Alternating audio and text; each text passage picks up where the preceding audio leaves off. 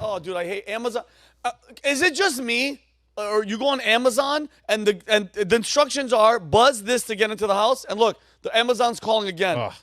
I cannot believe this. Like, anyway, sorry guys. Anyway, we're gonna get into Amazon and how much the delivery drivers are freaking insane. Actually, the Amazon drivers are like Santa Claus. Every day, they're there every day, Rob. Every day I show up. So I have a home gym, and I was working out in the morning yesterday, and they come at like 5:30 in the morning and start delivering packages. I had no idea because I'm sitting on the treadmill, and all of a sudden a car pulls up in front of my driveway. My garage door's open, and I go, "Oh, is this it? Am I whacked?" And then the person gets out, and they have the Amazon vest on a little package. I'm like, "Oh, it's Christmas." Oh, dude, because if you're a Prime member, not to be cool. We're elitist. I'm a Prime member. I don't know about you guys. Oh, of course. But yeah, Rob, they give you options of like, especially if you pay for it, 4 a.m. to like 8 a.m. And like, these guys show up and they're buzzing my door, and I get pissed off, but because I forget that I did it. But these guys, you order it the night before, it comes the day later, and it's good in a sense until you realize like what goes into making sure that that's happens. happening. Yeah, and then it puts out the stores out of business. The stores that only open at 10 o'clock. Like 10. I wanted it by coffee time. 5:30. Are you guys like me though? Like I'll walk in because I live in an apartment complex, and I'm walking down. When I see other people's packages, I get jealous. Like I want that to be in front of my door, so I kind of move it in front of mine. I let it sit there for a minute, and then I put it back. I just like touching other people's Amazon packages. But that's just me. You know, some anyway, guys. Yeah, so Vinny's going around handling other people's packages all day, bro. All day. They call him the package handler. You're damn right I do. But yeah, this is a good episode. Thanksgiving is tomorrow. We won't be here Friday, right, Rob? We're not shooting Friday.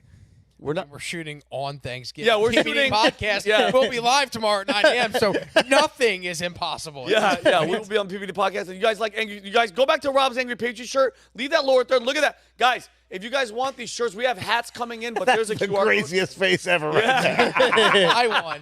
You want some Angry Patriot gear? We have these hats coming out soon. Dude, they're really really sick. But Omerto had them on, but we didn't have the full design on it yet. But anyway, guys, we have a lot to talk about today. Viva is going to be talking about, what'd you call it? It is indescribably crazy. We're just going to have to wait until we get to it. But I'm putting the story on blast to highlight the madness coming out of Canada. Canada, and it's transgender. It's transgender insanity. Okay, weird, because I'm going to be touching about something like that. Rob is going to be talking about why Al Sharpton sucks. You know what?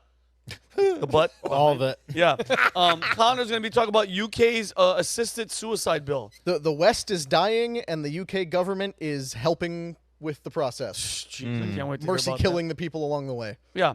And then Brandon, Ukraine is a fake country. It sure is. It's a fake country. Oh, I can't wait. Yep. But It's all sham I believe it. Well, it's all corruption and and the way fake. It's all dude.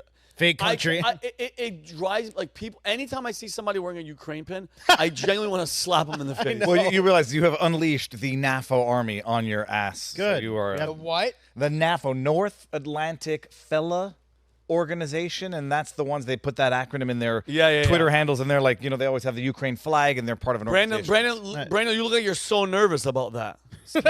Yeah. You're so nervous, but shivering.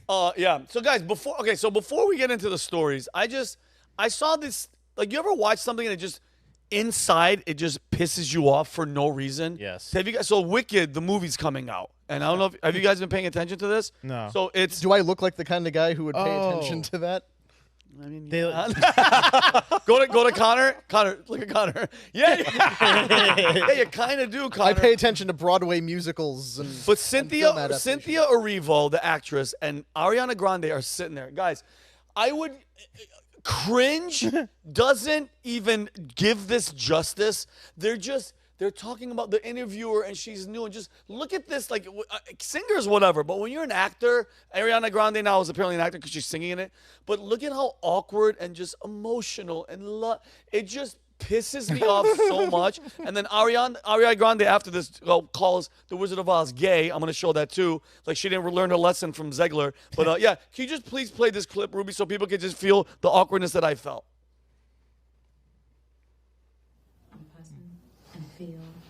I have feelings, and I can share them. And if you need to cry right now, you cry. What? I'm going to cry. Do it. That's a cue. And someone said to me once that the green was the thing that I would love the most about. Let's talk about her green with the witch. What's on her green. things? But actually, being green, yes, I love playing this character. But every time I took the makeup off, I loved who I was even more. So I've come away feeling really beautiful. That is just so hard. Yeah. Watch. Holy shit. I mean, God, absolutely, yeah. What you've brought to this film and to these characters, you've not just taken care of them, you have transformed them for good. Thank you. Thank you very much. Thank you. This is also my first time ever doing a junket. You'll be the light of the day. So thank you. What the hell's going on? Thank They're you just both. worshiping the. Thank you. And They're worshiping the. Okay, so Weirdest They're lesbians lesbians? ever. No, she's just all, dude. The nails, like, okay, I get it. You're in character, I guess, still, but the nails and you're a weird looking. Your nail, just that look and the bull ring. The nails are her. That's not part of the character. No, I get it, but it's like who? But I feel like we just watched a Jaguar ad or something. I don't know what the hell just happened there. She got into a whole thing with where she was really furious because she has those crazy long fingernails, and people online were musing wonder how she wipes. Yeah, and she was really The offended. girl does it for her. That's a valid. I That's a guess. valid question. It's just like the. You could go ahead and cry if you want to cry. It's like, Ariana, shut the hell up. Like, she didn't really want to cry. But when somebody goes, hey, you could just go ahead and cry. But I still don't know what she was crying about. But because she wears in the movie this green paint. Yeah. And she's like, something about her, and when she takes it off, she's still happy with the color that she is. And it's like, what are we even talking about? But this is the one. This is the next one. This clip right here is Ariana Grande saying that the Wizard of Oz and all this stuff is just gay, the colors and the people and the wickeds, everything, and they don't learn their switch outfits and seats. This is a different interview. Different interview, but play this and just tell me how you guys feel about this one. Every day in the Emerald City is a Pride Parade. Oh my Pride God, Parade. yeah. I mean, look at That's actually great. But it's Yeah. true. Yeah. Even the chickens. Or gay. Those Snow chickens leopards with are like a the chicken. hate. Yeah. Definitely. Yeah. Yeah. I mean, Dr. Dillamond in that Bodhi cardigan. Oh. Let's wake it up. Oh, he's gay. Let's talk he's about gay. it. I want that cardigan, and let's just talk for a minute about him and his little custom tea device as well, his little Yeah. teacup. Yeah, tea makes him gay. Dr. Dilly. I drink tea, so now. What Look at that guy. Oh, gosh. That weirdo. I'm just throwing it out It's there. true. It's true. Gay icon, Gay, Dr. oh, Dilly. that's Sure. the secret. I do think that scene with his teacher friends or his animal friends, they're all a little bit Very chic. snow leopards lounging on the couch. And the little tamarind monkey. This is what happens when you stop bullying theater kids. It's just They ridiculous. grow up and turn into this. Which one's the guy? Do you think? What do you mean? Which one's the dude in the relationship? No, they're not in a relationship. They're not? No, that's Ariana Grande. No, she's banging the guy who played SpongeBob Oh, on, I thought they were on Broadway. I thought they Yeah. were lesbians this whole time. No, that's So Ariana she's banging a gay guy. Yeah, apparently. She slept with him when he was married to someone else. Can anybody acknowledge how disturbing that young girl looks? But the one on the right, her face looks like a chandelier. I don't know what the fuck is going on and why she looks like. Remember when Dennis Rodman dressed in drag? And Yes. that is what that looks Yes. like right now Yeah. to me. I apologize if I said that and not she, they, them, whatever. Whatever. But look at it, there was a point where Ariana Grande was actually very attractive, and now she looks gaunt, unhealthy, skin. What does that to a person where you are known for your looks and your ability to sing, and then all of a sudden people look at you and you go, "What's wrong with that girl?" She's You go really far left. far left. Eating disorder, most likely. Eating well, and I mean, I hope she's okay, but it doesn't look good. And when you're pushing this, but here's my thing though. Have these people not learned their lesson? What Rachel Zegler, did they not? Are they trying to make this movie flop? It's stop pushing this crap on. Let's just let people watch the movie and enjoy the movie for what it is. Where does this? You know what? The Wizard of Oz is gay, and you know what? The chickens were gay. And you know what? One Vinny. horse went, and his lip was gay. Vinny, the thing is, that's the audience for this. With Snow White, with Rachel Zegler being apparently the most obnoxious person ever cast in a film, that's because Snow White is a family story for kids. Wicked is a flamboyantly homosexual Broadway play that is only liked by gay people anyway.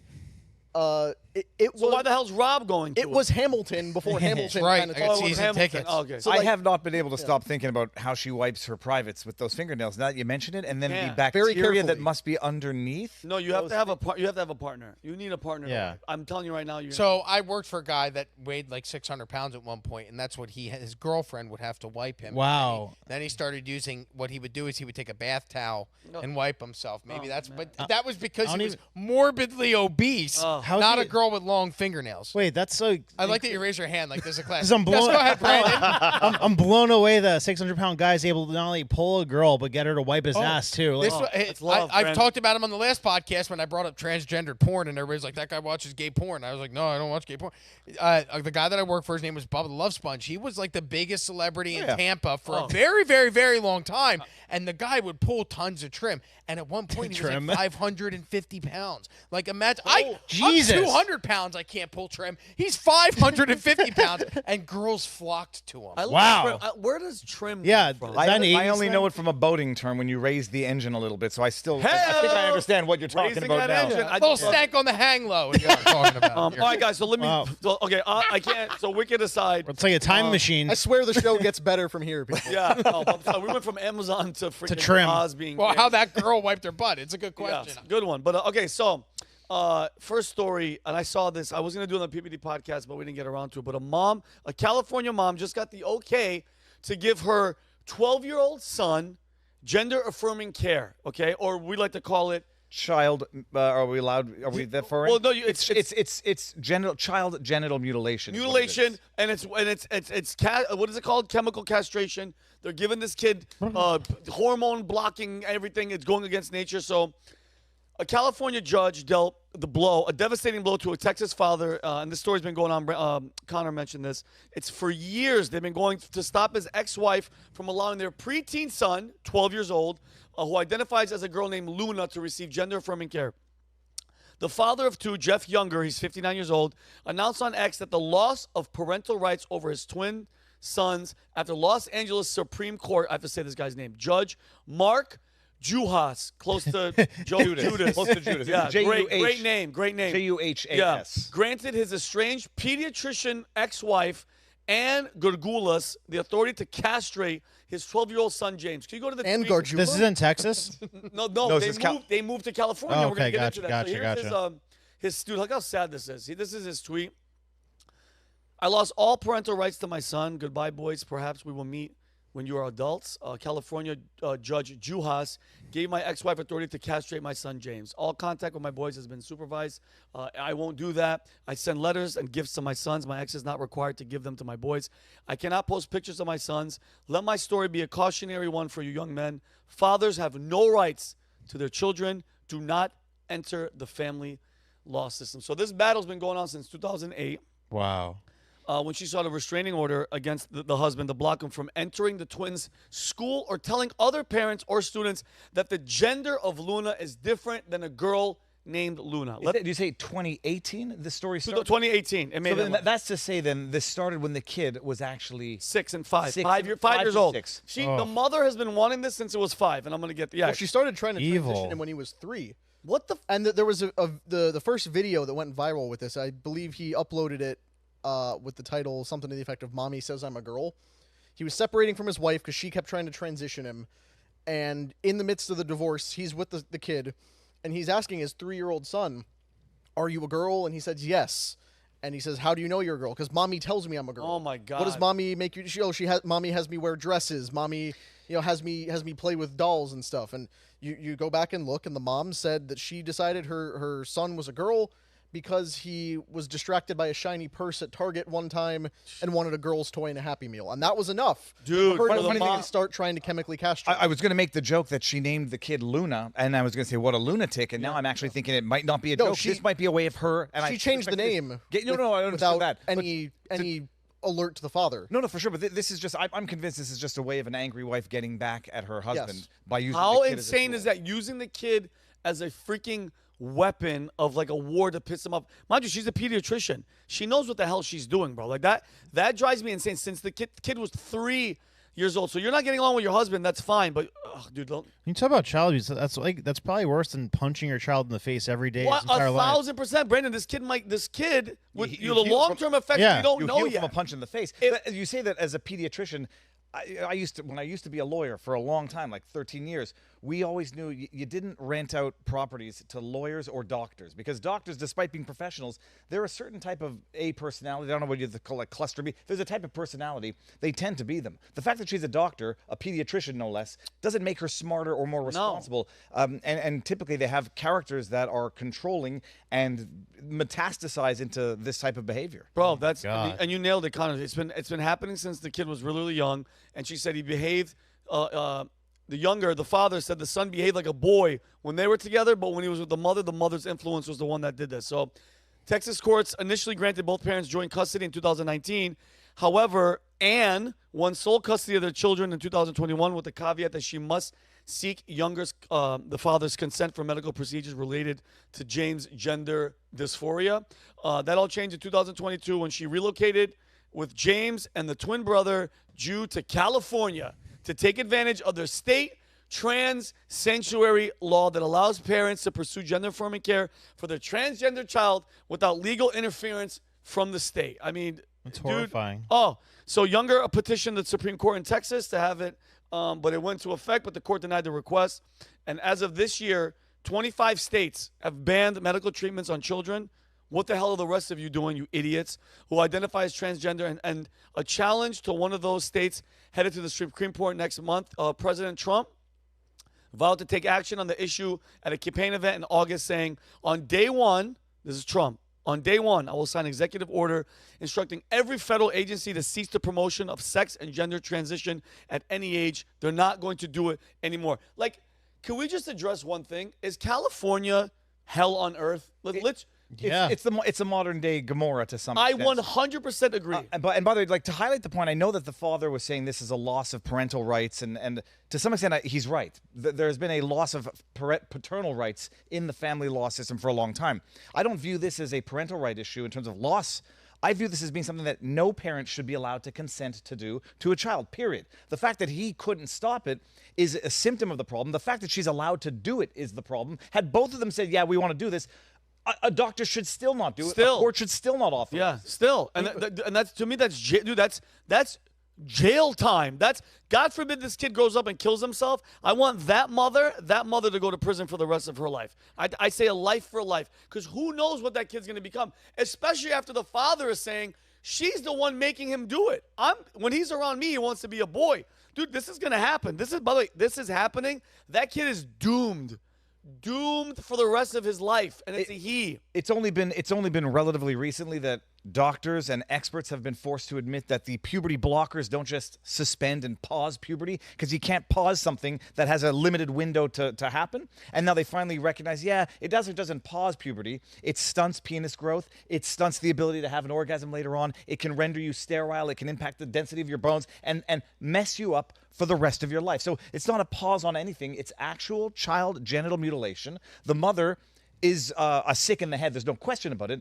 But it's the entire system that is sufficiently sick to allow the mother to abuse the child like this. You know, it's one of the most evil things is that they promote the hell out of this, but then people who regret doing it, like the people who came on the podcast a year ago, there's this whole community of thousands of people who regret doing it or transition and now they want to go back. Yeah, but they're shamed and almost shadow banned. Like nobody pays attention to that community. They're called detransitioners, and it's one of the most heartbreaking things. I never read about detransitioners before, but when we did the transgender podcast, we had people who there was a woman named Tiffany Justice who was fighting on behalf of stopping children from going through these surgeries, and then we had a person, a transgender woman. She was woman went to male back to woman. And the hardest part of that interview, where she talked about how this community embraces you, they celebrate you, you're part of us, you're not alone, we have your back. And then the second you go, hey, I actually prefer the way I was, that community turns on them. Yeah. And then they ostracize them, and they're the villains. How dare you go back to the way that you were naturally born? No, this is your identity now. Wow. And there's actually a Reddit forum. If you're ever out there, it's some of the most heartbreaking things to read.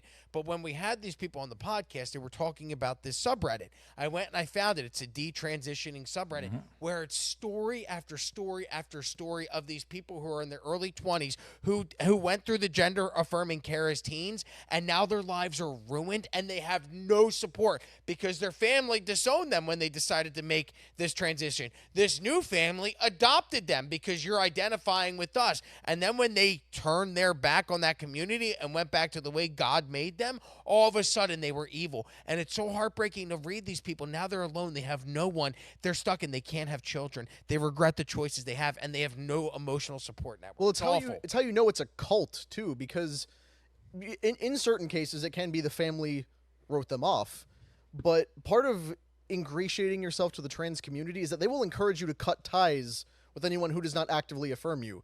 So maybe the family is responsible for that broken relationship, but in many cases, it's the person themselves who deliberately alienated themselves and was hostile to their family because their new friends, their new community were telling them, hey, you don't need them. They won't affirm you. They're holding you back. They're dead naming you. Come be with us. And then as soon as they decide, hey, I don't want that, they're cut out. Well, and you know, there's one particular story I saw of a woman who was transitioning to a man, ended up not going through all the way, but she had already had a double mastectomy.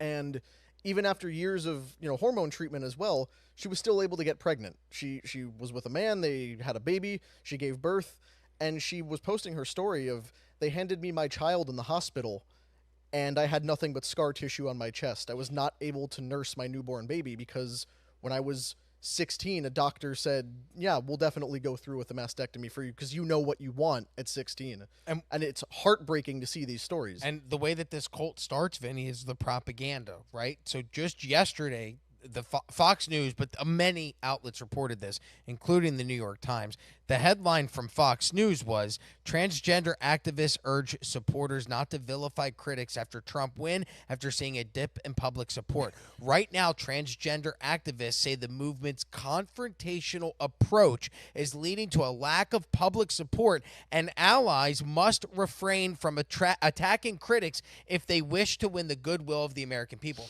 So now even the transgender community is turning on the transgender community and saying, hey, this in-your-face transgender agenda is working actually to the detriment of what we're trying to get happen. Yeah. So you guys have to revamp this entire approach. Yeah, because at the end of the day, then Brandon, I'll come to you. Like at the end of the day, and how many times do we talk about this? I hate the you talk any opinion either than their agenda. You're transphobic. Yeah. That word phobic. I was talking to Jake about it. The only phobia we have is arachnophobia. Like people are afraid of spiders. Nobody's afraid of these freaking people. Okay, it's you can as an adult go do, and I'm being genuine when I say this, guys. Go do whatever the hell you want. You could dress up, play make-believe, chop up your crotch. That's all you're an adult, okay? Stop this obsession, because it is an obsession with children. You guys have an obsession with kids. There's one guy on TikTok, he talks like this. Jeffrey Marsh. Jeffrey Marsh. Let me explain something to you. The scariest person I've seen online is this guy. He's always like, I just want your kids. And it's like, bro, leave them alone. You look perverted. You sound perverted, and you're trying, because you can't multiply, you're trying to take our kids. You're not going to get it, bro. Stop. Everything's backfiring. And Rob, real quick question, then I'll go to you, Rob. Your kid comes home, and he's like, hey, Dad, you know, I've been learning this in school, and I kind of want to be I want to be a girl. You have to sit down and have this conversation, right? Well, I was proactive. My son doesn't go to a normal high school. He goes to a charter film school, so even gayer. That's what I told him. I go, hey, I want you to be aware that high school is going to be weird for you because it's the arts. And a lot, like, he did a film festival. Yeah. And it was over the summer, and it was kids from the school. And we went and we watched the films. And the films were brilliantly done. But I got to be honest, like 40% of the kids were gay. And I have no problem with that. Because they like to dance, Rob. But when I was a kid, we had two. And they were brothers, and they both had girlfriends all through high school. Like, it wasn't, and I don't have a problem with gay people. It's fine. If that's the way you want to live, great. I've noticed an uptick in it. Yeah. And I noticed that when I looked. So one day we had the conversation. I go, buddy, what do you think about like transgenderism? And he was like, that's weird. And I was like, you're my son. I know. But he said there are 2 or 3 kids at his school that are transgender. And I said, and how does that make you feel? And he's like, I got to be honest, it's a little weird for me, so I don't really interact with them. And I went, I've got no problem with that. The day he comes home and he goes, hey, I'm thinking that I was born as a lady on the inside. I go, okay, no, and we're going to send you to military school. They'll hammer that shit right out. You'll push up that shit out. I'm glad you brought up propaganda and uptick, because I came across a few weeks ago. You guys remember that group I brought up called the Tavistock Institute? Yeah. It's like the propaganda center. Yeah. So it turns out for the last almost decade, they were the pioneers of this transgender movement. They were doing low-key transgender surgeries and even got in trouble for it because of how blatant they were. And they were formulating and crafting the words, transphobic, like exclusivity or LGBT stuff, like all the keywords they used to attack people. They were crafting all of that. So they've been disseminating this stuff because they're like the headquarters for propaganda and what like to push out in the mainstream media. So I think that most like first world countries in the West get their marching orders from them, because that's how it's been for the last 50 or so years with like the rock and roll movement and like the rebellious movement. So this is like the new version of the Beatles, like the new version of like the way to rebel against like what the mainstream is. So because there's no other reason why it goes from 2% to 20% in just a few generations. It's a social contagion. It's a known phenomenon, and there's not a question about it. The issue, like you say, like, and I say this in the most loving way possible, do whatever you want. And live however you want. The issue becomes, set aside the children. I mean, that's everyone has always wanted to abuse children. They're the easiest vulnerable target. Yeah. It's when someone says, you have to identify me by my reality. And I look at them and I say, I'm not identifying anybody in this world except for by my reality. Yes. And my reality will be based in biology. Yours can be whatever you want. The second you start telling me what to identify you as based on your reality and not mine, that's when you've crossed the line from your rights into the imposition of violating mine and my own thoughts. Yep. When it comes to the children, or it's a cult in the truest sense. It's got the bad religious practices of religion implemented into a cult. They go after the kids when they're vulnerable. They get them to alienate themselves from their friends and family. Yep. And the second they deviate from the cult, they get excommunicated. Yep. And that's the way it works. And it needs to be identified as a cult, treated like a cult. And even when they say we got to soften up our discourse so that the public doesn't get pissed with us, they're not saying it for any practical purpose except for how to infiltrate and promote their cult in a way that they can trick people into thinking it's innocuous. And back to the gay people is different than this too. Like traditional gay people is very different than the extreme thing we're seeing. Because think about it, like 20 years ago, it was illegal in every state to get married as a gay person, but now it's legal in every state to get married as a gay person. But think about like this new breed or hybrid weird thing that like the hyper trans people are coming in and ruining the whole movement, and they're taking all the like the momentum out of it. Like they're like labeling gay people as that, but traditional gay people aren't that. They're not crazy. Not just that. It's fundamentally homophobic, period. Like to take a gay kid and say you're actually a girl is fundamentally homophobic. Right. They're doing more to eradicate homosexuals than anybody else out there. And so they need to understand that and need to be called out for it. Yeah. The transgender movement of today is fundamentally homophobic. And to go to that, the regular, and I have regular gay friends, and I mean regular, meaning they're not just dancing in the street, like because there's gay guys like, hey, how's it going? You know, this is my husband. Like, but the ones, listen, when I see a white guy, that's like, yes, bitch. Why do all white gay guys act like black, crazy, like wild black girls? It's like, bro, you're freaking being racist, and you're being like. Like think about it. It's completely racist. Like, hey bitch, you're not a black girl. You're a dorky white guy from Wisconsin, bro. Go bang your boyfriend and just stop this act. And here's the thing: when we talk about California, is this just a place? We talked about it. Homelessness is ridiculous. The taxes are insane. Illegals. You can vote with no ID. Now there's trans sanctuaries. Like, bro, if Satan had a hometown, it would be California, and Gavin Newsom would be the spawn. Well, that's, you know what it is that's with the them? problem with having these different standards for every state. Like on an issue like transgenderism, particularly for kids, but possibly just as a concept at a whole, you need a federal standard because it's ridiculous that you can cross state lines and it's a completely different standard on this. Where Wolf went the opposite way though. If they like Newsom got into office for president, exactly, and there's federal sanctuary law. Yeah, you create federal sanctuary laws. There's a problem because then it's a question of the merits of the actual bill itself. But something like in Texas you're not allowed to do it. Okay, so she just stole the kids and took them to California where she's able to do whatever she wants. part of the reason Jeff Younger couldn't get his kids back is because the Texas court said, no, she's not going to transition the kids because during your divorce settlement, she agreed that she wouldn't. Okay, but she moved them to California, clearly showing that her plan is to do that. But nobody would listen to that argument. So the fact that you can just go across... Well, the court system, I think, is the bigger problem. Yeah, the court system is a huge issue. And as Jeff said in his tweet, it shows why... Like, if there was a clear-cut case for men getting screwed by the family court system, this would be it. I don't normally stand on, the government should take people's kids away from them except in extreme situations. But if a woman is attempting to transition her 3-year-old, she should never see that kid again. It's worse than any other child abuse. Clear. I agree 100%. I'm piggybacking off the transgender story. Viva, we're going to go to your story. You're talking about transgender. And what's your... This is a story that I've made a personal commitment to put on blast. By the way, if it looks like I'm crying, it's not. I just inhaled some of the water. Yeah, so good. Yeah, but hey, the trans talk gets you emotional. It's okay. Well, I was also going to say, to your point, like, you get in trouble for saying normal gay person. In any group, there's the normals, and then there's the activists. Yes. And so apply that mutatis mutandis, and everybody knows what you're talking about. Canada, taking the trans madness to levels of insanity, and I've got to call it trans insanity, pun intended. There's a story of a man, 2022. His name is Mohammed Al-Balouz. Okay. And the fact that his name is Mohammed is not necessarily relevant tangentially, maybe if it relates to immigration policies.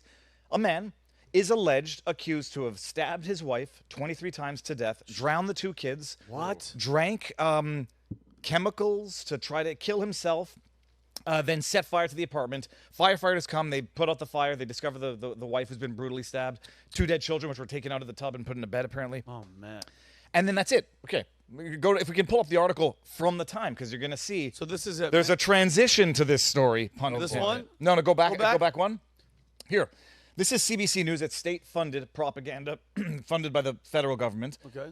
Man faces homicide charges after death of woman, could use to mention it's his wife, 2 kids, his 2 kids, no less. Longueuil, that's a place in Montreal. Authorities discovered unconscious victims in an apartment after the fire alarm trade. Okay, fine. 2022.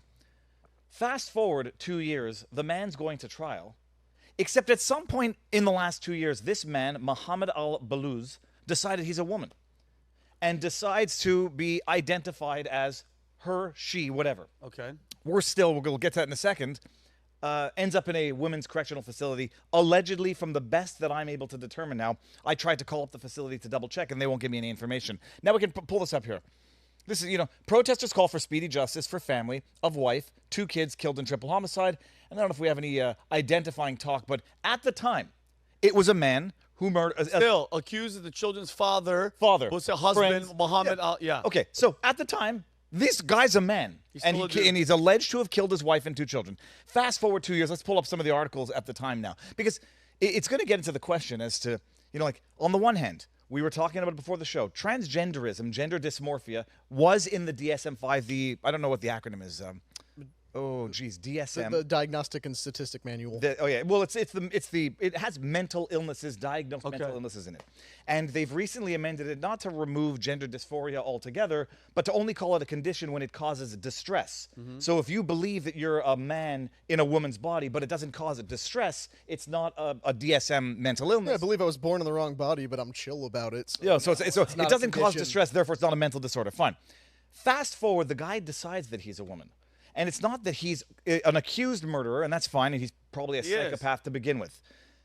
The system plays along with it. I'm reading an article here. Let's start pulling up the articles from the time. This is from the Gazette, a rag of a propagandist outlet that receives those federal funds. Writes, this is the header, Brossard is the place, murder trial. Accused suggests dead wife killed their children. There. What? So I'm reading there, and I'm like, okay, fine, maybe it's plural because it's his and her children. If we skip to the next part of this article... Then you got Muhammad Al-Bashir. Look at this. A person acting as their own lawyer. So now I'm saying, a person acting as his or her own lawyer. I'm getting a little confused. In a jury trial at Longueuil Courthouse, where they are charged with murdering their wife, 2 sons inside the family home, surprised everyone Monday afternoon by revealing their theory of the case. Muhammad Al-Bashir, a 38-year-old who now identifies as a woman, revealed her hypothesis. What? We can skip to it. Flip to the next one. Go to the next one. It gets even worse. When it came time to cross-examine witnesses, Al-Balouz first repeated the Crown's theory of the case, that Al-Balouz killed Her wife. I'm reading Oh this. my God. I don't understand what's going on anymore. What the hell? Again, we'll go to the next paragraph. Throughout the trial, Go back, go go back. back here. Throughout the trial, Alba Luz has had to ask all her questions from the inside of the prisoner's dock, inside the courtroom. She reminded the jury that Fiorello, that's the expert qualities, an expert witness, were not called into question by her. Alba Luz then revealed the defense's theory. By the way, Alba Luz, you can pull that one down now. Theory of the case is that the wife murdered the kids, tried to attack him. That's how his blood got all over the apartment. Yada yada yada.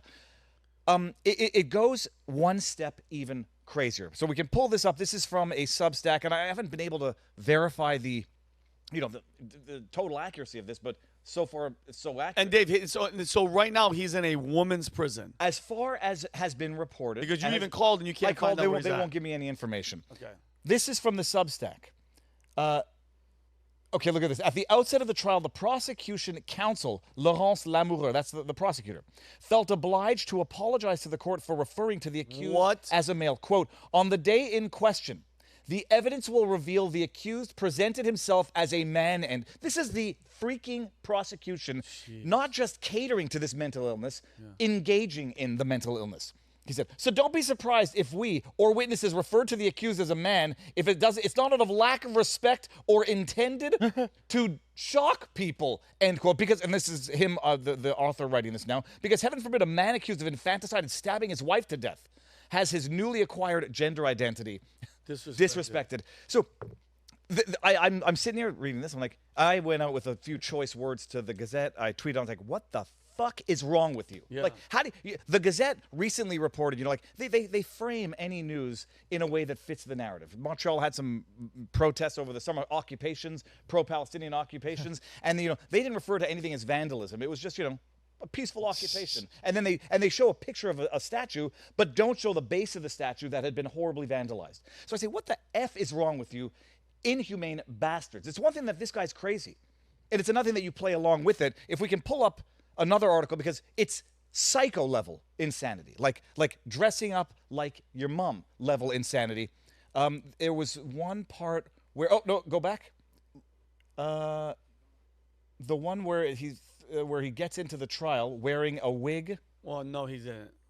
Dude, okay, now go next here. Right there at the bottom. The victim was Cynthia Becerra-Tuche. Oh, here we go.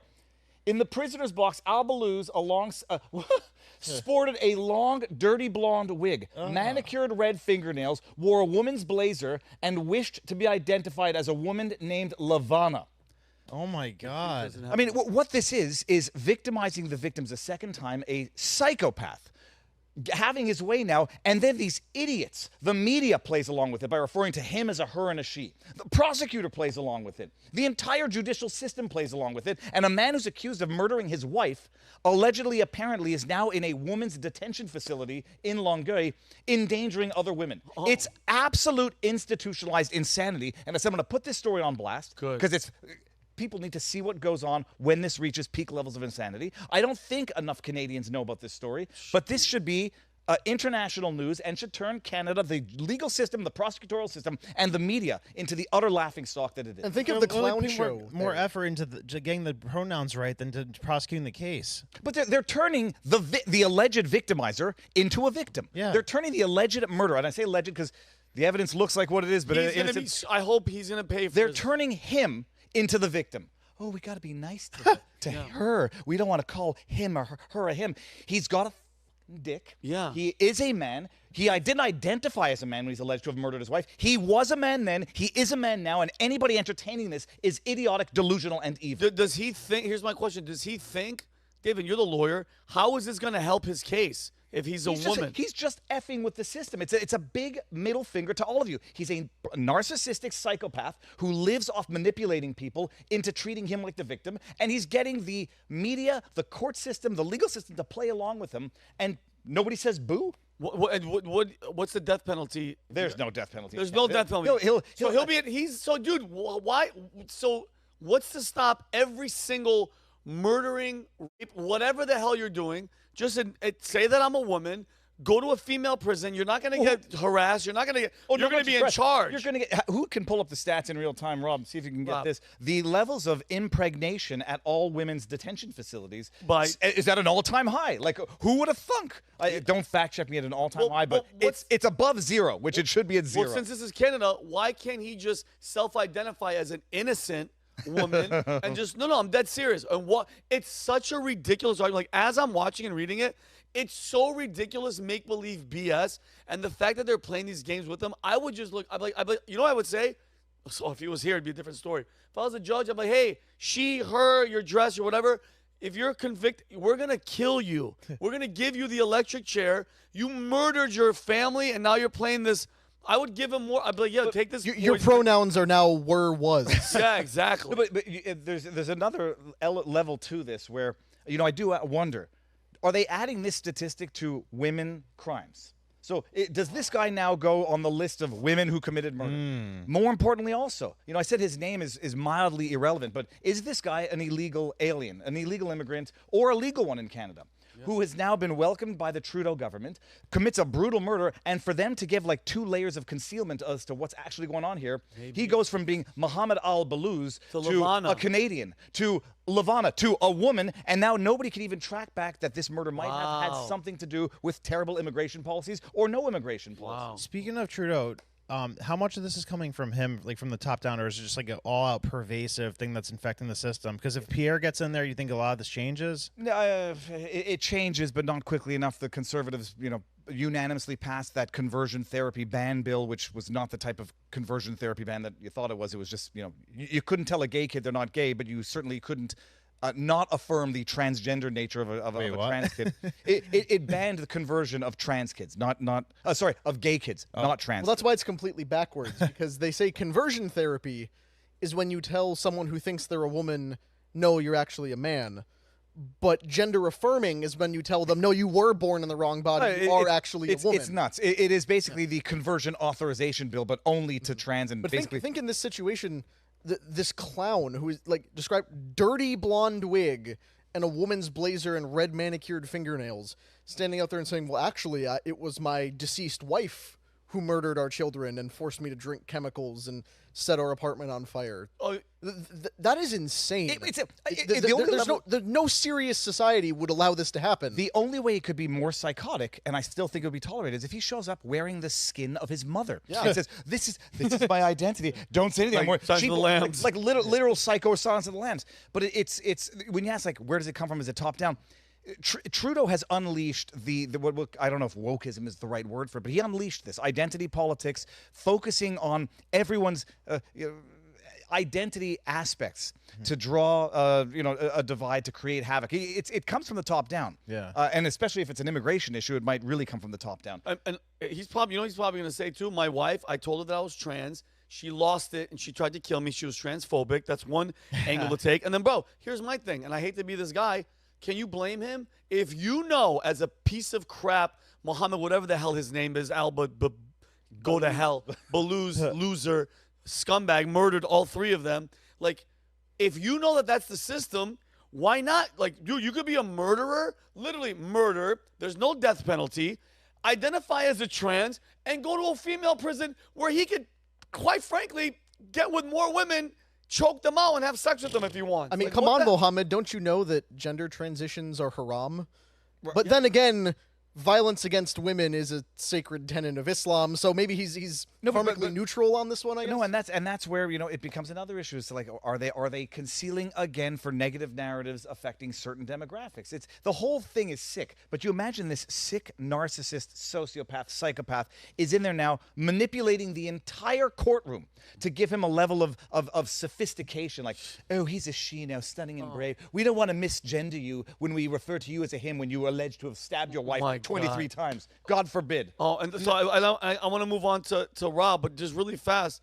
Can you get in trouble now if you were in the court right now and you were a prosecutor and you call him, and even though he wants a she? I would not be surprised if you were held in contempt. Which is why I think I would day one. F you, F your lies right now. I don't even care if you're the most sincere, bona fide trans you're Muhammad, person. bro. You're a he. You'll always be a he. I don't care how you identify. But I swear to you, if you were to do that in the courtroom, you'd probably be held. And that is why you're in Florida instead of Yeah, Canada, and Justin because Trudeau was you at- can't do that anymore. Meanwhile, Justin Trudeau's at a freaking Taylor Swift concert with all young girls acting really suspect with freaking this many bracelets handing them out. But anyway, Well, and on the PBD podcast, that woman who alleges that his dad had sex had with her when sex she was with the 10. underage girls. And Hey, allegedly.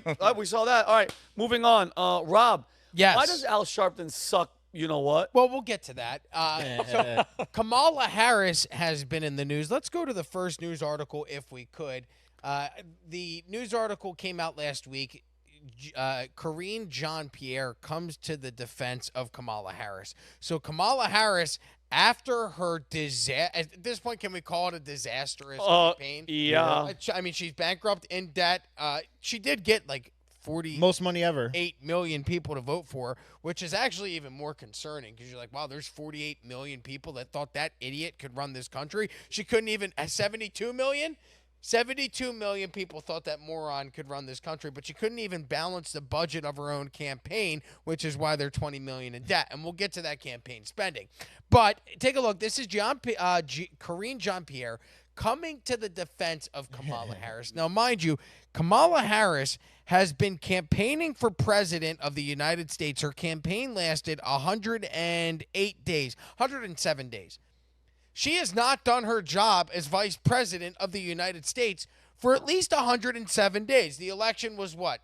We're 23 days ago. Yeah. So now we're on 130 days of this woman not doing her job. And when asked, where is Kamala Harris? The campaign's over. She's lost. She's vacationing with her husband. Remember, he was going to be the new sex appeal, was Doug Emhoff. Oh, Yep. God. What a disastrous campaign all around. In fact, I was on stage this weekend and I asked a crowd, I'm like, I mentioned something about Trump, and then the crowd cheered. I went, oh, that's surprising. I said, so do we have any white guys for Kamala Harris? And not a peep. And I said, well, it's South Florida. They don't really have gays come to comedy shows, apparently, because not a single one was there. What a disaster that campaign had been. Kamala Harris she was supposed to be the leader, and she can't complete a sentence. Doug Emhoff was supposed to be the male sex figure leading us into 2025. Masculinity, redefining masculinity. Gets accused of assaulting a gal and slapping her at the Cannes Film Festival. Impregnating the nanny. The white dudes for Harris were literally the gayest men I have ever seen in my entire life, pretending to be dudes for Kamala Harris. The entire online following. The Harry Sissies of the world. All of the people, the JoJos from Jersey. The Krasensteins. All of these people that were getting paid for by Kamala Harris, allegedly. And that's how you end up a crap ton of money in debt, because you pay everyone up to and including Beyonce to pretend to like you. I don't care how much you pay. She had $1.5 billion, and those influencers were not worth or costing $1.5 billion. And we'll get to who else she paid, because it turns out she was paying the people that were interviewing her for the campaign, which is a huge problem. But here's the clip. This is Karine Jean-Pierre coming to Kamala Harris's defense when asked, where is the vice president of the United States? She's only got like 54 days left of her job. She didn't just do her fucking job for 130 days. By the way, you know what her salary is? $284,600 a year. We're paying that, and she hasn't done her job. How is anyone okay with this?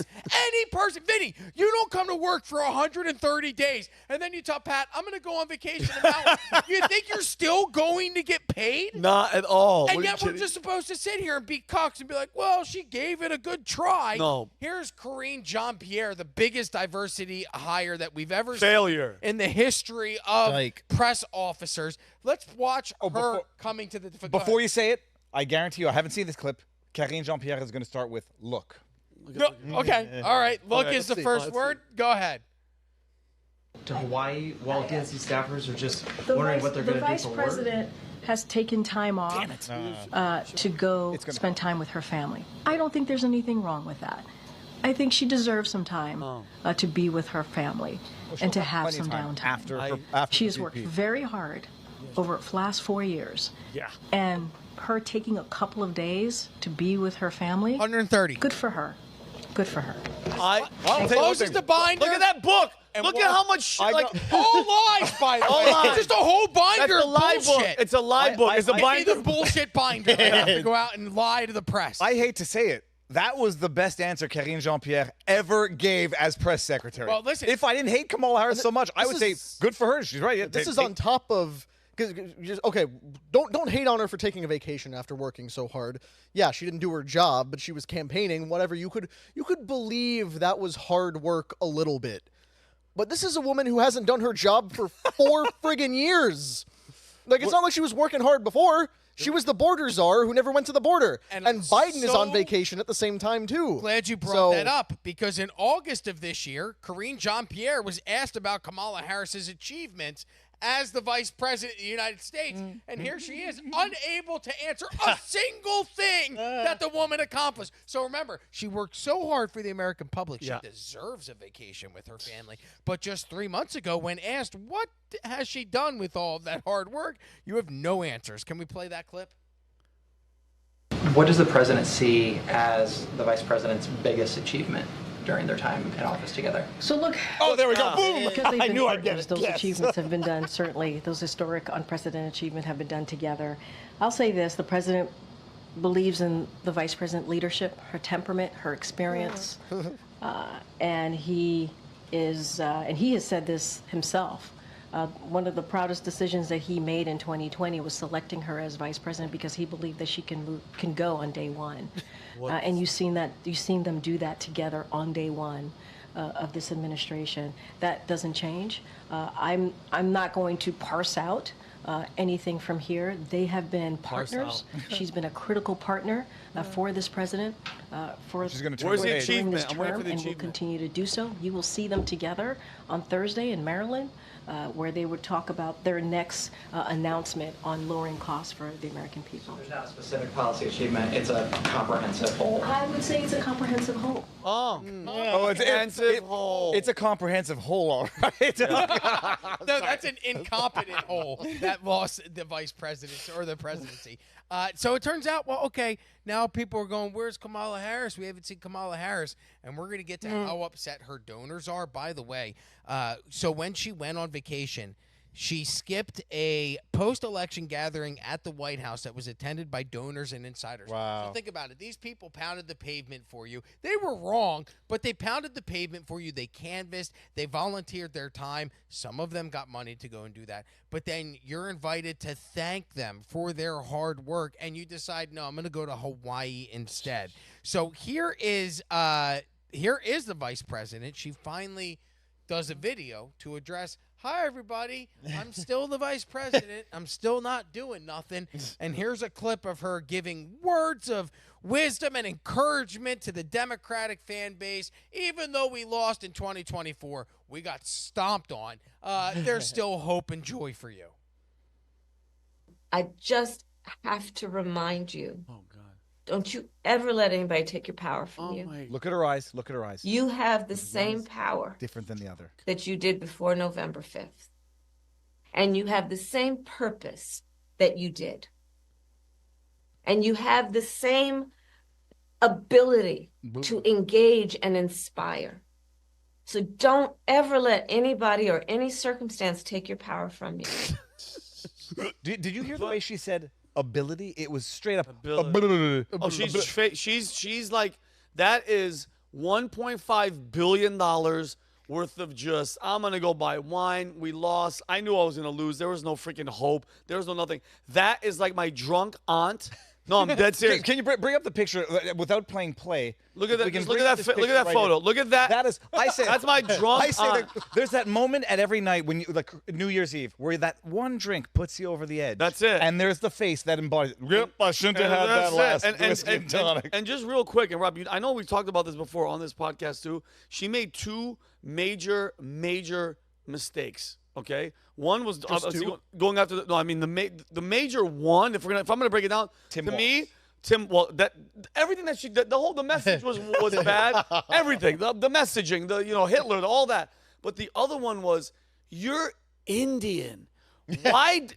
Why didn't she go after the Indian? You know how many Indians are on the bro?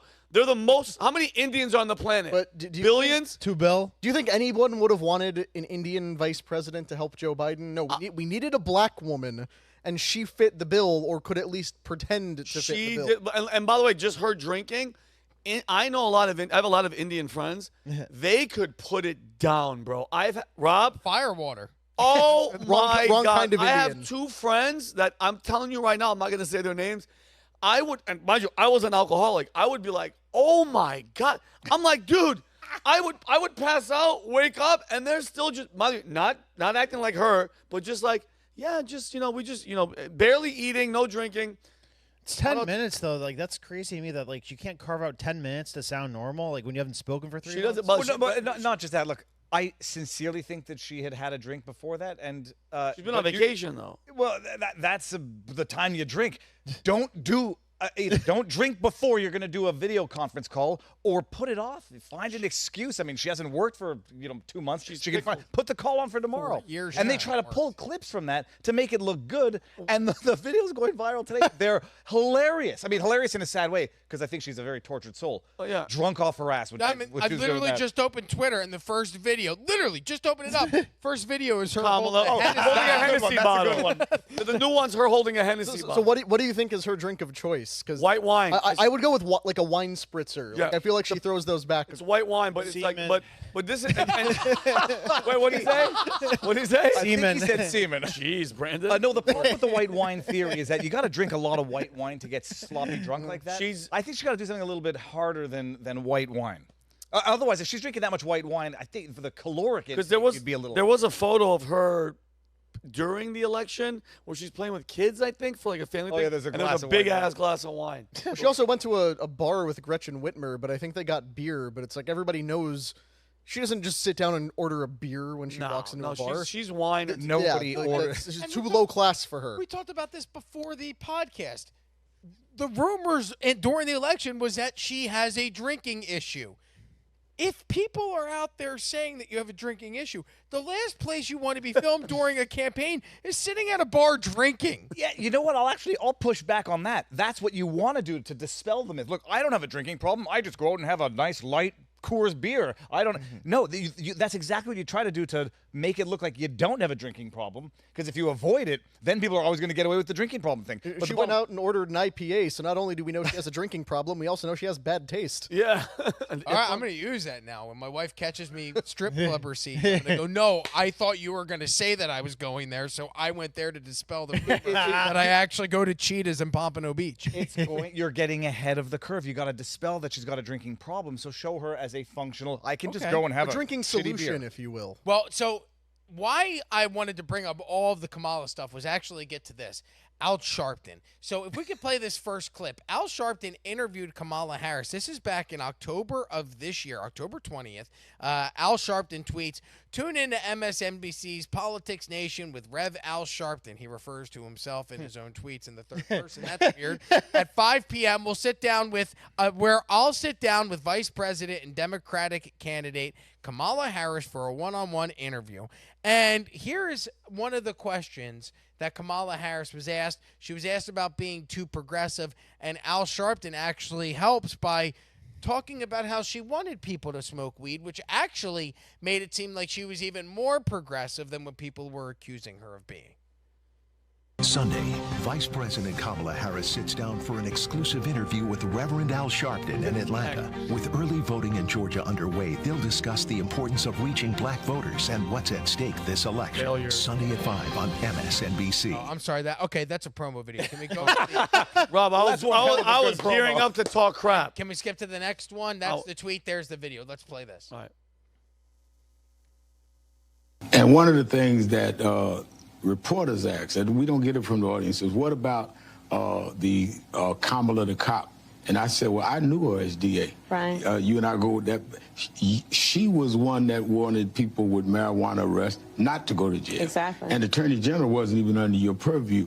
I mean, do you think that this is orchestrated, that they're trying to find some way to separate you from some elements? Because you used to be attacked for being too progressive as a district attorney. I know. You know, and here's the thing, Rev. We are, as of today, Sunday, 16 days away from the election for President of the United States, and there are all sorts of people who are going to throw a bunch of things out that will include mis and disinformation with the intention to dissuade certain people from voting. And that's not new. God, we dodged such a bullet. God, thank you so much. That You said something in the middle of that clip. What did you say? I said Rev, and then I said, oh, the loaded question? Yeah. Yeah, that he's giving her the answer in the question. Wonderful. That's exactly what I want to get at.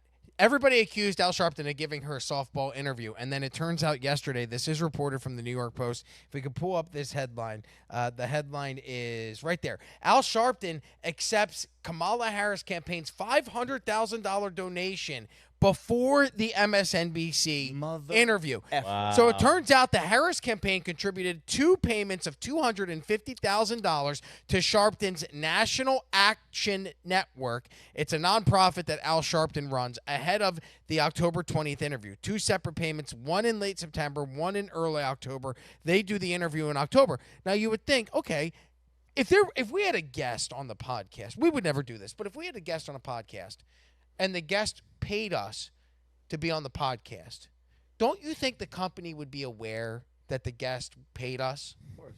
It'd be a conflict of interest. Yeah. And we're not nearly as credible as MSNBC. Whatever. Yeah.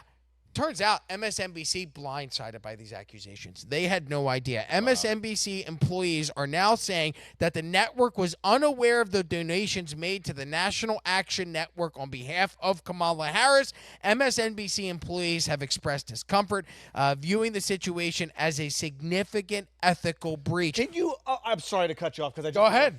Freaking flip up.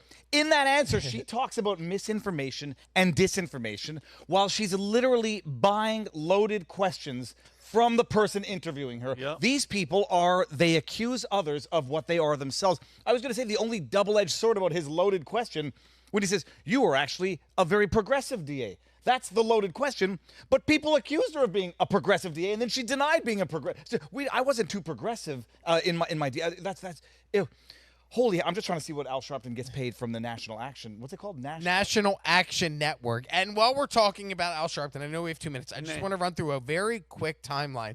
Vinny, you're from New York. When do you remember becoming aware of Al Sharpton? Jeez. Later on, not when he was like the chubby guy standing on podiums and talking. Okay, so you know him from his MSNBC TV days where he got thin.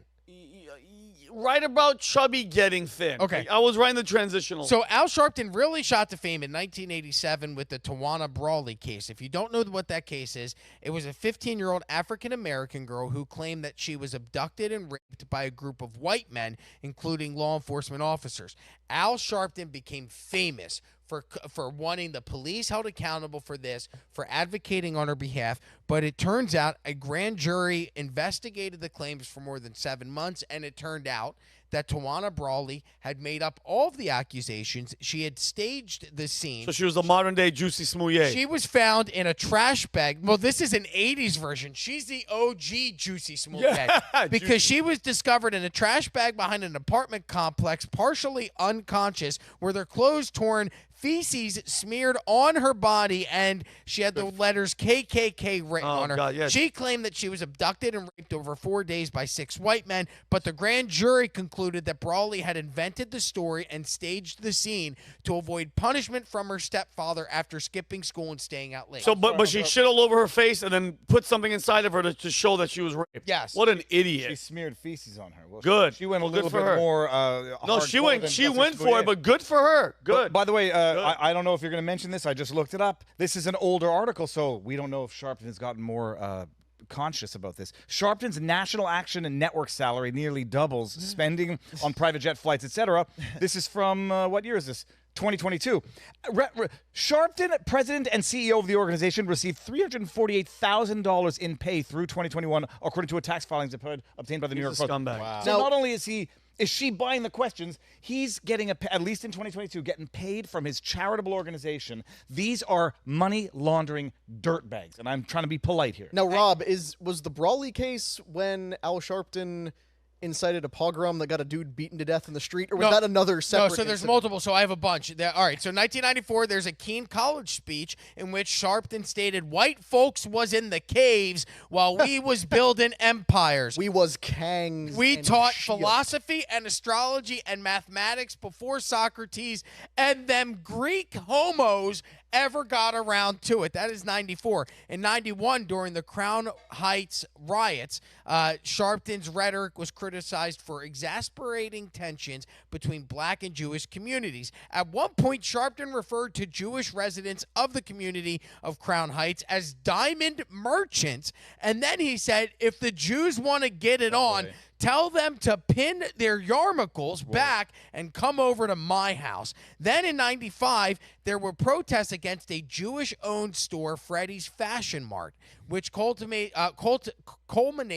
in an arson attack that killed 8 people. During that time, Sharpton reportedly said of the Jewish people, "We will not stand by and allow Jews to move this brother so that some white interloper can expand his business on 125th Street." And then multiple times over the years, Al Sharpton has referred to white people as crackers. So he's a violent and disgusting racist who incites riots and makes millions of dollars. That's resulted in the death of 8 people that he was never held accountable for. He's been sued in court. The officers that were accused in the Tawana Brawley case, they sued him and won to the tune of between $300,000 and $600,000 in damages. The guy's a scumbag, and you're starting to see all of these scumbags seem to work for the same scumbag network, and they seem to back the same scumbag fucking candidates that don't do their job. Sorry for yelling, but at this point, it's just astronomical that people still put this woman up on a pedestal and go, she's so brave, she gave it a good shot. No, she didn't. She was terrible. She lost. She laundered money, and now they're in debt at least $20 million. Laundered $1.5 billion, stole $100 million from Joe Biden when she stabbed him in the back to steal the nomination. And Al Sharpton is a race-baiting piece of filth. Yeah, everybody has known that for a long time. He might have a point with the statistical overrepresentation of religious Jews in the diamond industry, but that's a separate matter. We all know he meant it as a pejorative, not as a statistically accurate fact. Moving on. He's a racist for sure. No, She got Black Woman of the Year, too, by the way. Who Kamala? Yeah, Ebony. How could they even identify her as black or as a woman at this point? That's very racist. Misinformation. Transphobic. Misinformation, disinformation. Yeah, Ebony Magazine. Ugh. All right, guys. Rob, great story. And by the way, Rob is the Angry Patriot. I know he's not just rocking the shirt. He's actually the truth. Right now, it's actually Hangry Patriot. I'm hungry. I haven't had lunch. I'm hungry, too. Trust me. I'm there with you. All right, next story. Connor, the UK assisted suicide bill. What the hell is going on? Yeah, so we all know the West is not doing so great in recent decades. The West is kind of dying. People are involved in killing it. It's not just dying, it is being killed. I want to go back to this quote from Abraham Lincoln. It's often brought up, a speech he gave when he was 28 years old, Abraham Lincoln's Lyceum Address, 1838. He was in his late 20s. Shall we expect some transatlantic military giant to step the ocean and crush us at a blow? Never. All the armies of Europe, Asia, and Africa combined, with all the treasure of the earth, our own accepted, in their military chest, with a Bonaparte for a commander, could not by force take a drink from the Ohio or make a track on the Blue Ridge in a trial of 1,000 years. At what point, then, is the approach of danger to be expected? I answer, if it is ever to reach us, it must spring up from amongst us. It cannot come from abroad. If destruction be our lot, we must ourselves be its author and finisher. As a nation of free men, we must live through all time or die by suicide. We have his quote here that you can read along with there.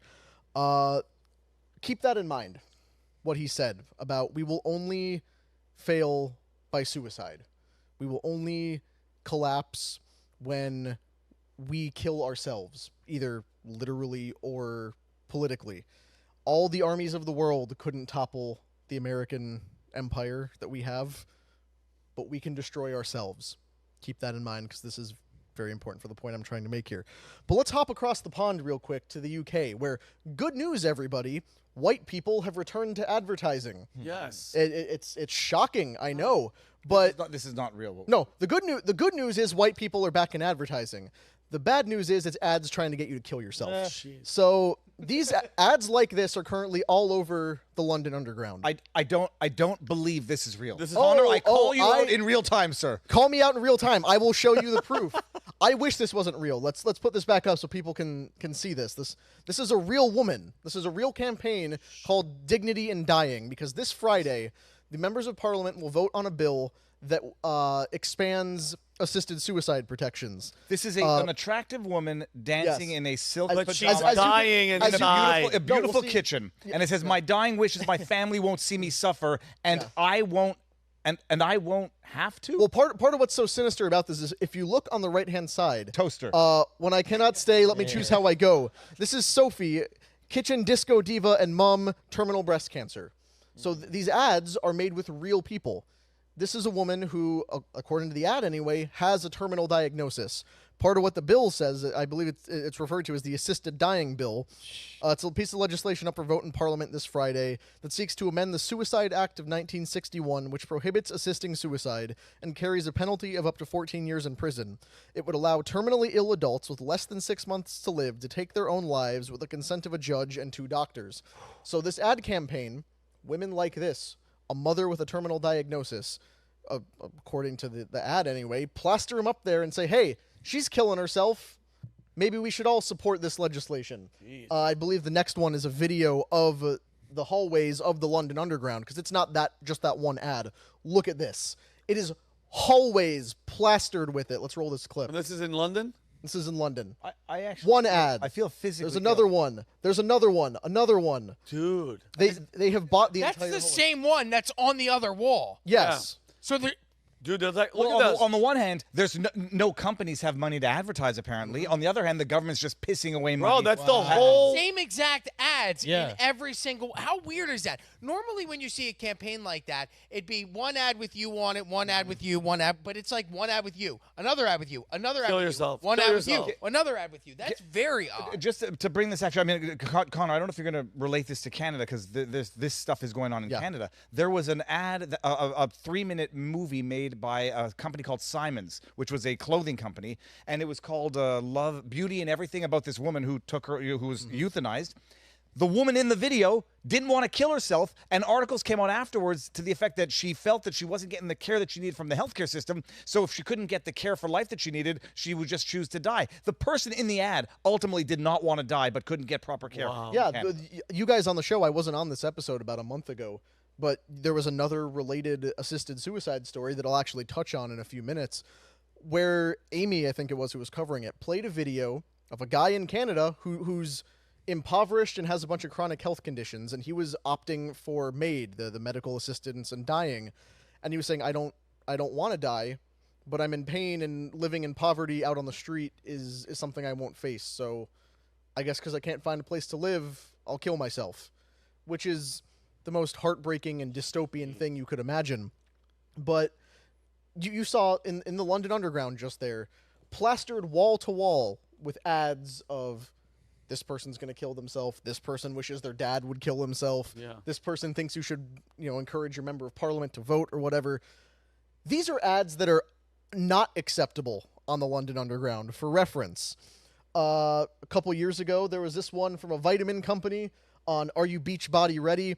That was not allowed because the mayor of London said it was degrading to women. Oh my The God. one on the left-hand side is from a stand-up comedian. You'll see it's circled. That's a cucumber. It was originally a hot dog, but he had to take down the ads because the London Underground will not allow you to advertise junk food. That could kill you. Yeah, because it's in violation of laws against advertising for, quote, food and drink high in fat, sugar, salt, or fat, salt, and or sugar. And then the BBC article in the lower right-hand corner, they also had to pull this ad for a website design company because it featured artisanal cheese, and the cheese was too high in fat for them to advertise in good conscience. So let me get this straight. You won't run ads that are degrading to women because that could make them feel bad. But if they feel bad and want to kill themselves, that's acceptable to advertise. You won't do junk food because junk food makes you unhealthy, which causes chronic conditions. And if you have chronic conditions, you can kill yourself, so you can advertise for that. So completely ridiculous. You're being too logical. I guess. What the hell's your problem? We do a segment every 2 weeks on why the UK is cooked, but I really think You know about their prime minister's backstory? Keir Starmer. Yeah. So I listened to a fill me podcast in. earlier this weekend, and his job, his sole purpose in life before being prime minister, was to defend people who raped kids and people who were terrorists. So he's a public defender, defended those people. Like that was his primary thing in life, to get people off of jail time for being a terrorist or for raping kids. Apparently, he was knee deep in the Loudon gang rape, grooming gang scandal that Tommy Robinson exposed, and for which he's now that sitting in evil jail. white supremacist. Yeah, he's in jail for national- however 18 months now. Yeah. So that's where Parliament's at. They put that guy in. Great. But part of the outrage people are having over these ads, and it has really sparked a strong backlash, because not only is the assisted suicide thing a problem, but it's where they chose to advertise. Because this London Underground has an epidemic of people who go and jump on the subway tracks to kill themselves. So imagine walking down the hall in a depressive state and you see ads, oh, yeah, kill yourself, all over. The one expert who was quoted, "It is irresponsible and dangerous of TfL," I believe that's Transport for London, "to be promoting suicide on the tube when in the last year there were 68 suicides and suicide attempts. TfL has said that its staff prevented more than 2,200 suicide attempts between 2017 and 2021. So who greenlit this? Let alone who's backing assisted suicide legislation, because that's evil unto itself. But who decided, no, let's advertise in a place people go to kill themselves? That makes perfect sense. Think about the power of affirmations and like how much of an impact this must have. Like if people like genuinely say that there's a huge power to like putting positive words up around you, like in your shower or something. But like imagine walking by this. Like, Kill yourself. That has Kill to yourself. that has to Kill do something yourself. with vulnerable Kill people. It normalizes a culture of death, and that's what the purpose is. Just so that nobody thinks that I was making anything up. The National Post reported the woman featured in the pro-euthanasia commercial wanted to live, say her friends, and she's quoted as saying, "I feel like I'm falling through the cracks, so I'm not able. If I'm not able to access health care, am I then able to access death care?" Her name was Jennifer Hatch. They featured her in the ad, and she didn't even want to die, but they killed her. Murder. Well, yeah. I mean, look at the advertising, like I brought up. Who is in it? It's an attractive white British woman. You almost never see that in advertising anymore. Never. It's funny. You only see white men show up in military commercials when they're about to send us to war. You only see white women pop up on billboards when they want us all to kill ourselves. Think of who this is targeted at. It is almost exclusively native Brits who they are trying to get to back this legislation. The whole movement says, all these people support assisted suicide, but it's all natives. And honestly, if you're a third world immigrant arriving in Britain right now, things are so good, why would you ever kill yourself?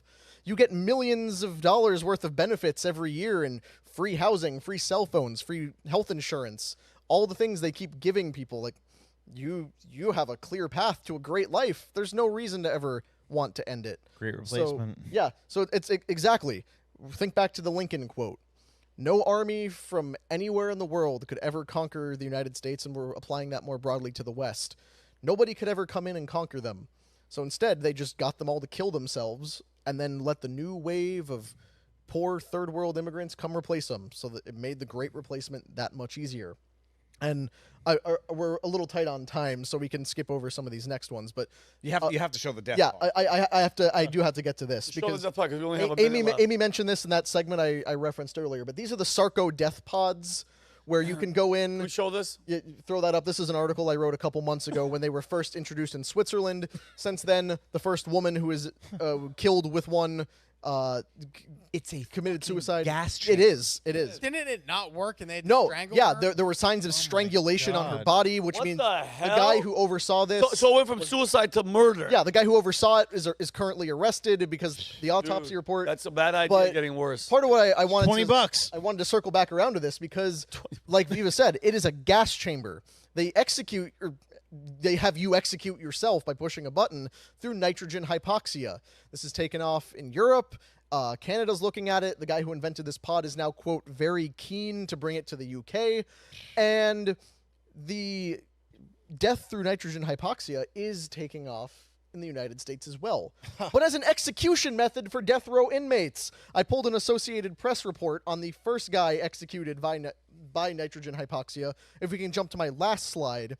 This was Kenneth Eugene Smith. So this is the guy who's willing to bring it to the UK. Skip ahead a little bit. We'll have the shot of the guy. Kenneth Eugene Smith, who was convicted and sentenced to die in 1988 after a murder for hire slaying where a preacher contracted him to beat his wife to death to make it look like a burglary gone wrong. Jeez. Even though I'm about to describe something terrible, bear in mind it didn't happen to the nicest guy in the world. But this is, how the AP described his execution. After they put the mask on, and the point is they slowly drop oxygen, replace it with nitrogen. It's supposed to make you fall asleep and then suffocate. Didn't happen. Oh, Jesus. Smith began to shake and writhe violently in thrashing spasms and seizure-like movements around 7:58 p.m. The force of his movements caused the gurney to visibly move at least once. Jeez. Smith's arms pulled against the straps holding him to the gurney. He lifted his head off the gurney and then fell back. The shaking went on for at least 2 minutes. And, he was visibly in pain, gasping the entire time as he was slowly suffocated. Yikes. Couldn't have happened to a nicer guy, I'm sure, but this is the point.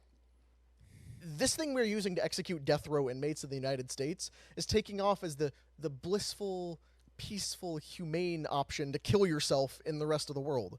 So, yeah, the West is dying. These people are trying to make sure we kill each other. Any Futurama fans might remember the suicide booth. Nah. Where it was a quarter. The sarcopods are a little bit more expensive. Inflation. But you remember the suicide booth also had the quick and painless option, which I believe just shot you, and then also the slow and painful option, which is a bunch of buzzsaws and fire and everything coming out. So clearly Sarko is giving the... everyone should look up Action, AKTION, Action T4, which was the German Nazi mercy killings. They started with the mentally ill, the handicapped, and then they expanded. I wouldn't put it past like that. What you just showed, that's the future. In those type of places, which will be crazy. You'll push a button, it'll drop you in, it'll incinerate you.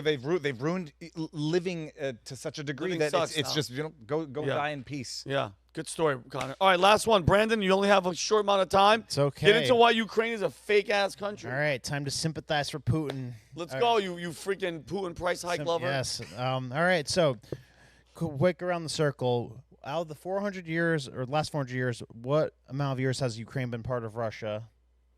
All of it. Most. 347. Minus 2014 and now. Yeah, exactly. 90%, 91% of the time in Russia's been in existence, that land has been occupied by Russia. Can you play that video quick? I put together a cool little map showing. So, see the little overlay of the Ukraine right there, the little Ukraine map thing? Okay, let's get a pin. That's where Ukraine is on the map. Now hit play. And this is Russia. Yeah, I mean, in fairness, it's been occupied by countries other than Russia as well at different points in time. Over the last 5 Russia's years. doing its thing. Look at that. Yeah. Wow, Russia's no joke. And then starting like in 1600, boom, Ukraine's part. Who made this graph? Somebody on YouTube made this map thing. I put the little Ukraine overlay on it on the side. So, longer than the United States has been in existence, Ukraine's been part of Russia. And then in 1991, when the Soviet Union collapses... Flag keeps changing. Flag different. Here we come, baby. Yes. Whoa! Jeez. Whoa! This is what 100 years of war looks like. Yeah, exactly. Yeah. Dead people, dead people, little dead chaos. people. Dead people. Little chaos. just a touch. And boom. There you go. So they lost a ton of countries. So, when this happens, when the Soviet Union collapses, right, it's a little bit of a state of chaos. There's no real leader in Russia, what becomes Russia. And we take this poll over there. That's like NGO goes over there and says, like, all right, guys, you want to be an independent country? And they're like, they say 90% of them say yes. But this kind of creates a situation where, like, even George W. Bush was saying, like, don't do this. This is a death sentence. Like, careful of your, like, nationalist stuff because you're going to end up getting invaded by Russia if you do this. So right off the jump, everybody's warning them not to do this, but they declare their independence. And Ukraine does? Yeah. What year was this? 1991. Okay. So they say 90% of them did this, but, I mean, who's, like it's an NGO saying that. Yeah, like, of course. Like with an incentive to do that. So I'm thinking that, like, based off what I've been looking at, our government's just been fixated on getting Putin out of power since the early 2000s because it's like the same coalition of people. It's Blinken, Jake Sullivan, like even Hillary Clinton had like a hard-on for Putin for some reason. So I don't think Putin like ever really had a shot to just like coexist, like because like right from the start of his presidency, they were doing coups in other governments, like all the former Soviet Union countries, like Belarus and everything. Like Gaddafi, they overthrew Gaddafi. So like everything these people like Jake Sullivan has touched went to shit. Which they're brilliant if their intention was for it to go to shit, but if they're actually trying to conduct foreign policy, they're the stupidest people I've ever seen. You know what? Talk about coups. The CIA was involved in the 2014 Maidan revolution that ousted in 2004. Ousted the president, and I think it was Poroshenko who got in, the guy who came before Zelensky. Yeah. Right. They toppled the government and installed a new guy who was very pro-America, and that's when all the American corruption started in there, or at least the most recent batch of it. But like that map showed, there have been huge chunks of the population that not only are linked to Russia, are ethnically Russian, identify as Russian, speak the Russian language all along eastern Ukraine, because that's where the Russian border was. And those people, for the better part of the last decade and a half, have been terrorized by the Azov Battalion. Remember the Nazis, actual Nazi organization, real Nazis. We sent grenade launchers to in the first couple of weeks of the war. Weird. But their whole purpose was to terrorize the non-Ukrainian identifying citizens of the country and keep them suppressed so that they couldn't actually show sympathy for Russia. Our government's arrogant enough to think, though, that like democracy belongs everywhere in the world, but some places in the world are better off the authoritarian, because if you just pluck an authoritarian out of a lot of countries, it's going to turn into chaos. Like what about Saddam Hussein? Right? Saddam Hussein ran that bitch, and guess what? I know a bunch of people, a lot of family members that are from there, and they were like, you know what? The moment they took out Saddam Hussein, everything went to crap, because he knew how to control everybody. Shiites, Sunni, and then he was gone. ISIS is formed. And they did it on purpose. And then not to say like what is it called? The benevolent dictator is a good thing, but like you look what happened to Libya after Gaddafi was killed, and it's now it's a hotbed for actual human slavery. Remember when Iran too? Yeah, Gaddafi had a plan to get off of the dollar. Like part of what he was doing in Libya. Death wish. Yeah, he had this plan for North Africa and the rest of Africa as well to start creating its own currencies.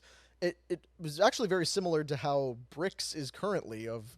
America has weaponized the dollar. We need to form our own stable currency and begin our own economic development. And then right after that, suddenly, no, he's a terrible dictator. We got to kill him. And now Libya is a tropical paradise where everyone can go vacation safely, right? It is getting back to Ukraine and Zelensky. Unless my understanding is wrong, and I don't think it is. He was elected on the campaign of negotiating a piece of the eastern region, which, had it been done, would have spared the rest of Ukraine, which doesn't necessarily identify as ethnic Russian, the trauma, tragedy that they've gone through since this war started, which actually started in 2014. And then he got the tap on the shoulder from America, says, don't go negotiate anything. We're going to play hardball because we want to fight our proxy war to weaken the Russian industrial machine, economy, etc. And so that's it. Few 100,000 Ukrainians, few 100,000 Russians, and it all plays well into the NATO geopolitical agenda. Right, and it's hilarious to me that's their philosophy, because that's like right out of the mind of Jake Sullivan, who thinks he's smart because he did good in school. But I mean, the notion of weakening Russia by doing a proxy war, like, I mean, every time that a country has gone from not being in a war to being in a war, their military gets stronger. And like, what exactly is the off ramp? If you're you're just going to escalate a little bit, and, like, until what? Like, what's like? Putin won't use nuclear bombs because he knows better. Yeah, as if once you get to that level. You're in all-out war in any event, and banking on the fact that he won't use it so they can keep crossing red line after red line after red line. It's almost like provocation. He's right, and unlike the United States, where if you want to launch one nuclear weapon, the chain of command is so, and before it even gets to the president, and there's codes, and the missileers have to get. Because they're consistently authenticating with the satellite. Because when I worked at a nuclear missile base, I worked at a MAF, missile alert facility. I was a flight security controller. I would let these two guys, the actual guys that would wear blue, the missileers that would launch the nukes, they would go down there, and the process they explained to me to launch a nuke, it's ridiculous. Like it takes a while. It ain't happening like that. In Russia, it's just Putin. Yeah. He goes, oh, they're effing with me. Launch. That's it, Rob. That's the scary part. I'm sorry, did you guys mention the Russian factor that talked about how, according to this person that worked inside of the nuclear facilities in Russia, that on the days leading up to the Ukraine invasion, Putin is ready to launch nukes day one. Jeez. So, like, that person spoke out and said, yeah, we were this close to nuclear war before. Now just imagine where we're at now with the escalation of using the long-range intercontinental ballistic missiles. Yep. Yeah. You just gotta hope that Trump is talking to Putin and they're saying, let's let these idiots throw their last hissy fit but then before if they he leave does office. that, people are like, he's a Russian asset. Look, he's compromised. Yeah. He loves Putin. Hatch Act violations. I don't think Yeah, they're well, gonna try listen, it. they can hatch my ass because I'm. The last thing you want is dude, if we get word that a nuclear bomb missile went off, I'm telling you guys right now, I've said this before, it's over. Kiss your ass goodbye, because once somebody does it, then another person's gonna do it. Other people are gonna panic. Everybody's going to be like this. But I gotta ask, and because this is where Brandon and I we were talking last night in our team group chat of like, I'm glad we're finally on this subject because, okay, let's say Putin launches a nuke at Kiev, wipes the city off the map. Why is that my problem? Look, I understand from the humanitarian point of I really hope nobody ever gets a nuke dropped on their city because that's terrible, but Ukraine is not in NATO. We keep trying to add them to NATO. That's how this whole problem got started in the first place. And Ukraine's just Ukraine because we call them Ukraine. Like, Exactly. Russia never agreed to that. Like, they just had an absence of a leader for a minute, and we just swooped in and said, like, oh, okay, you're an independent state now. So it's a totally illegitimate state. If a member state of NATO gets nuked, it triggers our mutual defense thing where we all have to get involved in that. Ukraine's not a member state right now, so if it gets nuked, of course we'd retaliate. But why? Why is it our problem to retaliate over? It's a thing nobody has ever really been able to explain. But you see where Zelensky has been, going with the United States government so far. He's like, oh, we're not just holding out to take back the territory they took when they invaded in 2022. We're going to get Crimea. We're going to get all of our lost territory. No, you're not. That was never going to happen. But now it's like, oh, we're just going to hold out and we'll eventually beat Russia. Yeah, sure you will, buddy. Yeah, no, you're not. No, the obvious off-ramp is just to give them the Donbass and to roll back NATO a little bit. Like the part that they're already occupying it. Like there's no use for Ukraine occupying that, and like Ukraine create something of a demilitarized zone. It doesn't have to be Russia. It shouldn't be Ukraine, or it doesn't have to be Ukraine. And then an undertaking that Ukraine doesn't enter NATO. The bottom line is the agenda has been written on the wall for a long time. They want this war. They thought they were going to dilapidate the military capabilities of Russia. They thought they were going to break the ruble.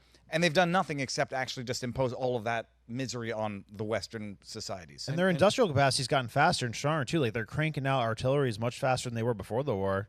Yeah, and mind you, and Zelensky's got how much money have we laundered over there so far? 300 bill. Almost $300 billion has gone there. To prop up their government, to prop up their small businesses, and to launder the old weapons out of the stock so they can build new ones in America. Oh, yeah. It's good for everybody. Oh, yeah, give them all that money. Sarcasm. Oh, you guys want to buy weapons and stuff like that? But buy them from our American companies. $275 million under the Department of Defense. Billion. Yeah. Under the Sham, Ukraine our money. Security Initiative. I remember when Trump was first talking about the border wall, that CNN's like, this bill would cost $5 billion to build the wall. Yeah. Yeah. And how far oh we've my come. God, we could have built that damn thing. How many times over right now, you freaking scumbags? Yeah. All right. Anyway, great story, great show, guys. Everybody at home, thank you guys so much for tuning in. If you haven't subscribed yet, please take 1 second. Boom. Subscribe to the channel real quick. Put the notification bell. Give us a likes. And listen, guys, happy Thanksgiving to everybody. We won't be here on Friday. But, guys, I know it's a day that we're going to be around each other. Don't take advantage of it. Love each other, hang out with each other, make each other laugh. It's a time to be away from all the nonsense, all the crazy stuff. All we do is talk about bad. Everything is just always horrible. Take your time, take a little vacation in your minds if you can, if you're going to be by yourselves. But from everybody here at Valuetainment, we love you guys. Happy Thanksgiving. God bless you guys. And we will see you guys next week. Peace and love. Booyah. Peace. Nuclear tranny wars.